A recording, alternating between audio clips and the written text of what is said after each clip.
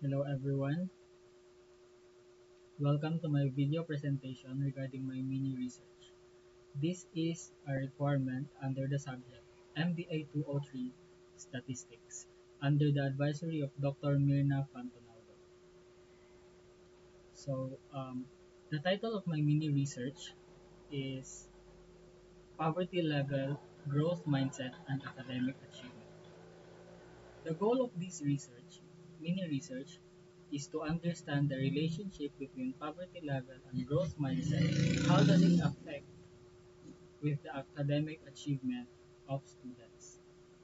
So to begin, I will be stating the research question for first.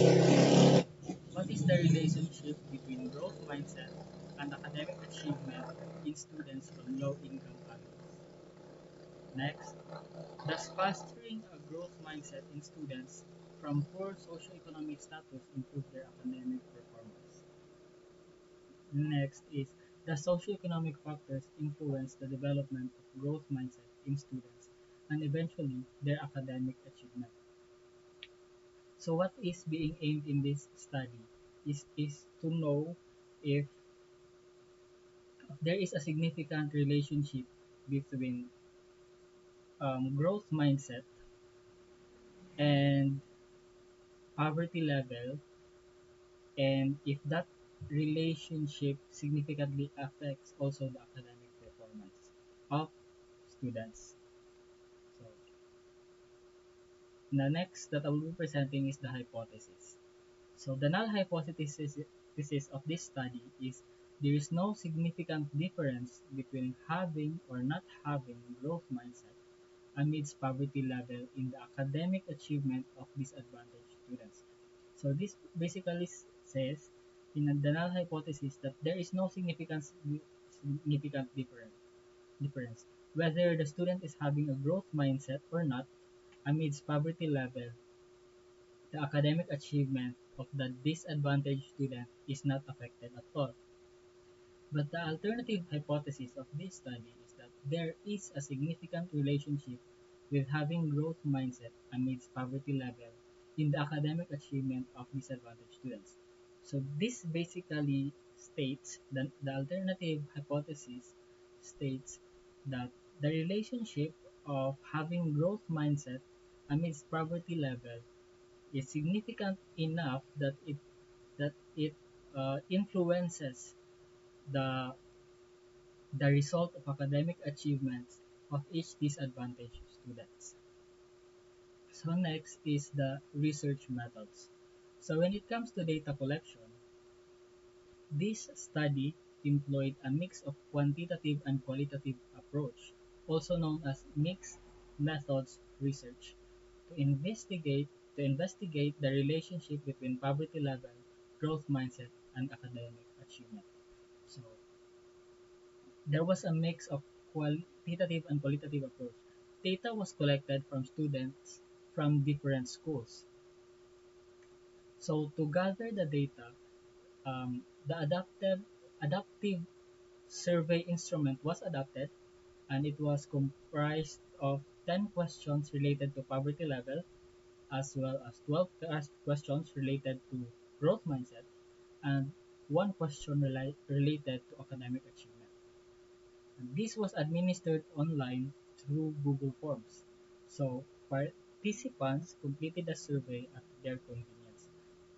So there was no specific time requirement for the um, participants. So as long as the participants completed the survey, so they are part of this study. So next in the research methods is about the respondents. The study's respondents were comprised of 35 college level students from various schools in Cagayan de Oro City. And these students are representing diverse socio-economic backgrounds. They were not chosen they were not chosen for a specific social status, but they were chosen randomly. So the respondents were randomly selected by chance. Respondents were included if they were enrolled in college. That was first requirement in this study. And as long as respondents is capacitated to give their consent and that they completed the survey. So, respondents were excluded if they have cognitive disabilities and is not capable of giving their consent. So, moving to the scoring in research methods. So, poverty level of students was assessed using poverty likelihood scale developed by Mark Schreiner, while the growth mindset of students was measured using the growth mindset scale developed by Dweck. So some scores were average in assessing the poverty level and growth mindset, with responses recorded on a Likert scale. Also, academic achievement was measured using grade point range and is related to poverty level and growth mindset. So since the academic achievement, there is only one question related to this topic. So what I did is that I related the result of this very specific question to the results of poverty level questions and to the results of growth mindset. So next is data analysis. Quantitative data were examined through mix of descriptive and inferential statistical techniques. With use of descriptive statistics, the means, standard deviations, and frequencies were calculated to summarize the demographic characteristics, poverty levels, growth mindset scores, and academic achievements. So, descriptive statistics was utilized in this study. And the moderating role of growth mindset on the poverty academic achievement relationship were examined during the data analysis. So, during data analysis, the poverty academic achievement relationship were examined to know how the moderating role of growth mindset is affecting these relationships. Next is research methods. So for statistical tools of are related to poverty likelihood scale, this was um, um, this was the one developed by Mark Schreiner, while for growth mindset was developed by Dweck.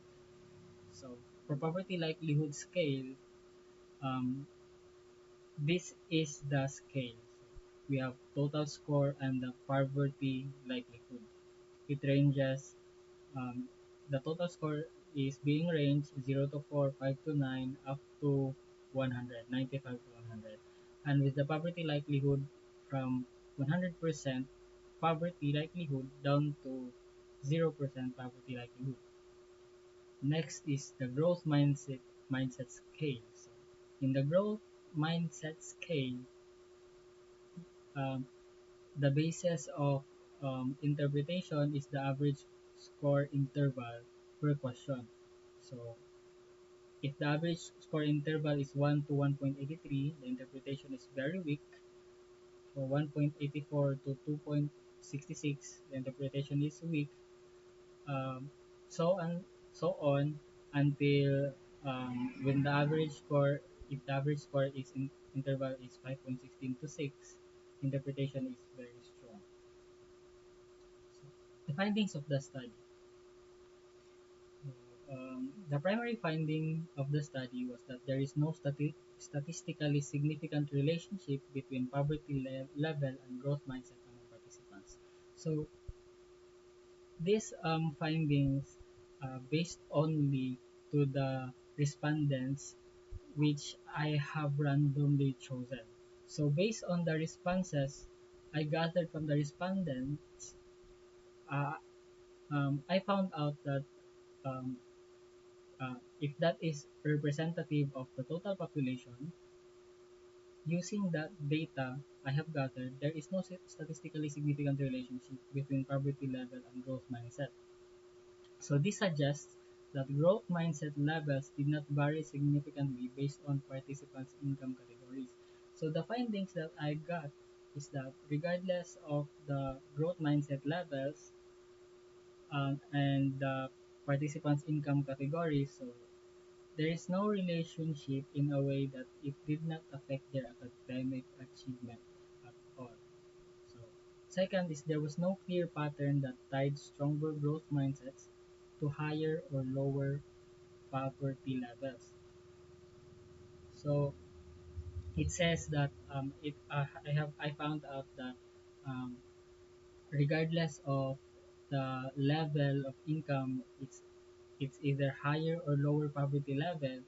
Um, it was not found to have a basis to relate with growth mindset. So it based on the findings, it is as if that growth mindset is independent by itself and not affected by the poverty level. So, students from middle income and high income backgrounds showed a broader distribution of growth mindset. So growth mindset was seen to be distributed and not um, do not seem to be affected by the poverty levels, with a higher concentration of individuals displaying stronger mindsets. So another findings of the study is that although the study did not find a significant relationship between poverty level and growth mindset, it reinforces the importance of growth mindset as an influential factor in academic success. Yes. Um, One of the findings is that um, growth mindset indeed had an impact and importance to the academic success of the students. But then, poverty level and growth mindset don't seem to correlate based on the results of my study. Previous research suggests that students with a growth mindset tend to perform better academically as they are more resilient and open to challenges. This is true. Students with growth mindset perform better academically, but students with growth mindset does not directly relate to their socio-economic status. Uh, they are having this growth mindset regardless of their socio-economic status. So, analysis and interpretation. So, table 1 I presented here is related to the level of poverty. As I said earlier, there are 10 questions. So, for question number 1, how many members does the household have? The mean score for that question is 9.43, which based on the tool, um, based on the threshold, based on the statistical tool used, the 9.43 mean score belongs to 100% threshold. So, next is, are all household members ages 6 to 17 currently attending school? For this question, there is a mean score of 1.14 and a threshold of 100%.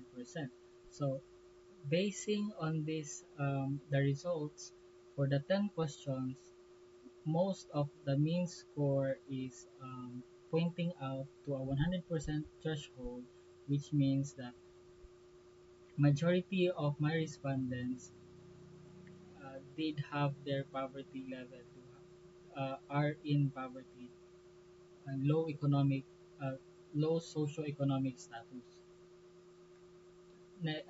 To interpret and analyze this table, so table 1 presents that overall mean score on levels of poverty is 6.47, which means that poverty likelihood is 100% for my respondents. The table depicts that the highest mean score is 11.06, found in item number 10. Item number 10, which indicates that the number of telephones, cell phones, a family owns is determinant of socioeconomic status of the household. So, going back to the table, um, question 10 asks that how many telephone cell phones does the family own? So, this is the only question with the highest mean score, generating a threshold of 95% um, poverty. So, compared to all other questions, this can be interpreted that owning that cell phones compared to the other questions, um, owning telephones and cell phones does not necessarily um, that do necessarily a big is necessarily a determinant of socioeconomic status of the household, because the more that the respondents own telephones and cell phones is the lesser their poverty threshold. So next is, however, in item number 2, had the lowest mean score of 1.14 with a question, are all household members ages 6 to 17 currently attending school? So with poverty likelihood of 100%, this indicates that household members who ages 6 to 17 that currently attending school least determine the socio-economic status of the respondents. Okay. So this finding is supported by Miyahima 2020 that mobile phone ownership improved financial inclusion and economic welfare. The research highlighted increased household consumption and better access to income-generated activities as key outcomes of phone ownership, especially among marginalized groups. So, the study of Miyajima K in 2020 supports that mobile ownership do improve uh, financial and economic welfare or the status of respondents. So for the next table, table 2, this is related to growth mindset. And as mentioned earlier, there are 12 questions in this category, growth mindset. And based on the statistical tools, majority of the questions had a mean score which can be interpreted as strong, or that the respondents had a strong growth mindset. So, to interpret the table, table 2 presents that overall mean on growth mindset is 4.93, which is interpreted as strong. The table depicts that highest mean score is 5.23, found in item number 7. So item number 7 had the highest mean score and an interpretation of very strong. So the question for this item is, no matter how much intelligent how much intelligence you have, you can always change it quite a bit. So this which indicates that adaptability for change exhibits resilience to face adversity despite the stress brought by poverty. So this means that as long as you possess this um, ability to change despite of intelligence, um, this indicates a very strong growth mindset. So moreover, item number 3, with the question, no matter who you are, you can significantly change your intelligence level. So it had the lowest mean score of 4.69, interpreted as strong, which indicates that ability to adjust mindset helps in improving socioeconomic status. So for um, the majority of the interpretation for all questions in the growth mindset, the interpretation is very strong, and the least interpretation is strong. So the findings is supported by Heckman in 2006. Adaptable individuals are more likely to experience upward socio-economic mobility. So moving to the to table 3, I have used chi-square test statistic, and the data that I have focused on to assess the relationship between poverty level and growth mindset is the income and the growth mindset interpretation. For the poverty level, um, I chose the category of low income, middle income, and high income. While for the growth mindset, the very weak, weak, somewhat strong, strong, very strong, and then their totals. So for the analysis and interpretation, the test, the chi-square test of independence, that's the significance of the difference between observed frequencies and the expected frequencies at the standard level of significance or alpha of 0.05. So finding the degrees of freedom, which is computed as column minus 1 times rows minus 1, the degree of freedom in this chi-square test is 10. The tabular value, on the other hand, or the critical value is 18.3077.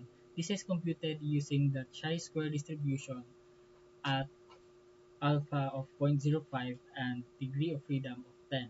So in order to know the value of the critical value of 18.307, um, it is very important to determine first the degree of freedom, which we determined as 10, and the level of significance, which is the standard level of significance, alpha of 0.05. Using those using those two datas, we are able to know the critical value through chi-square distribution table. So the critical value again is 18.307.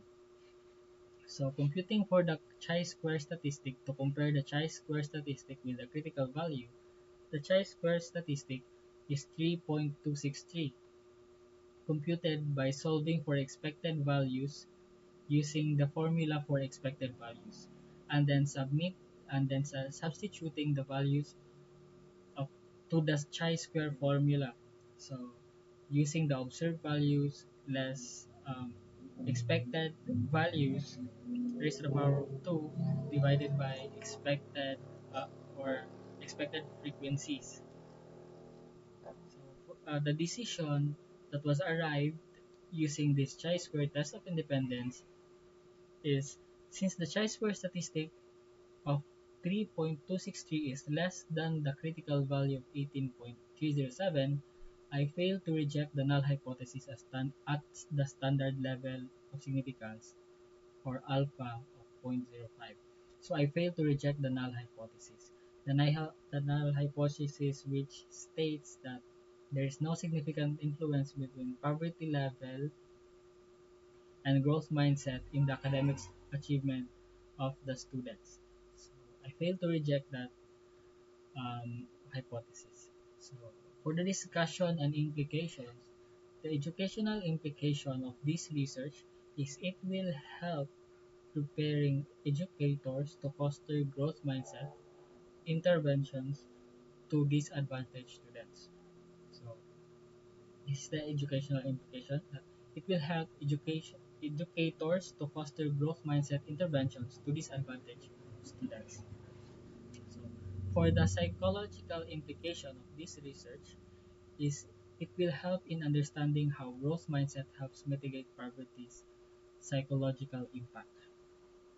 And for the social policy implication of this research is it will help highlighting education's role in breaking poverty cycles.